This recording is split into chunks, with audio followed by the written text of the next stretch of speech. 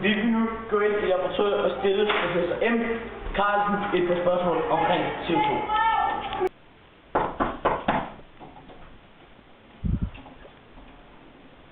Hallo Michael? Michael Carlsen, er du her? Goddag. Hej Michael, skal vi stille dig et par spørgsmål angående? Ja, det kan vi godt finde ud af. Okay, så vil lige røven i stedet.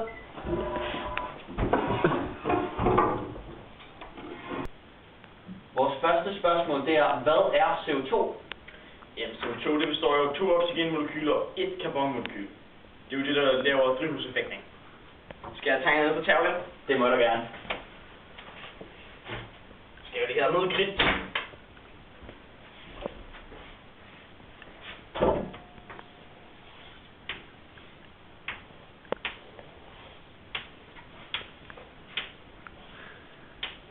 Sandt. Men Michael, i går sagde du, at det var 2 karbon og 1 oxygenmolekyle. Nej, det var på grund af fjenderne. Okay.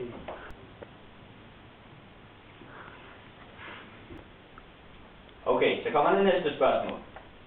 Ja. Er CO2 skadeligt? Nej. Altså, det er helt ufarligt.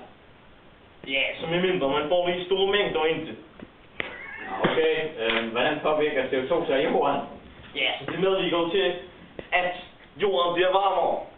Altså temperaturen stiger. Tror du så, at det er baseret af mennesker eller natur? Natur! Har du ikke fulgt med i timerne? Jeg har jo vist jer en film. Ja, jeg har vist det et par gange. Ja. Så vores næste og sidste spørgsmål, det er, hvad skal vi gøre for at mindske CO2-udslippet? Ja, der er mange, der spørger mig om det spørgsmål nu. Men jeg plejer bare at sige, at vi skal bare trække vejret hver anden gang. Så er det problemet løst. Ja, det var nok en god idé, men synes du ikke, at det var en idé, at menneskene mindskede CO2-udslippet? Nej, fordi naturen ikke kan selv regulere. Det er helt naturligt, at det stiger en gang imellem. Okay, men det var jo så vores sidste spørgsmål, så jeg vil bare sige mange tak for hjælpen, herre professor Michael Carlsen. Så ved det.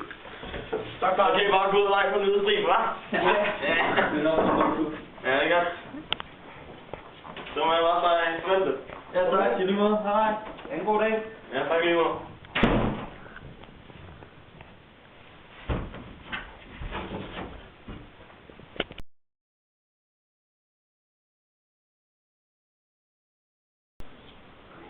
Hallo, Michael?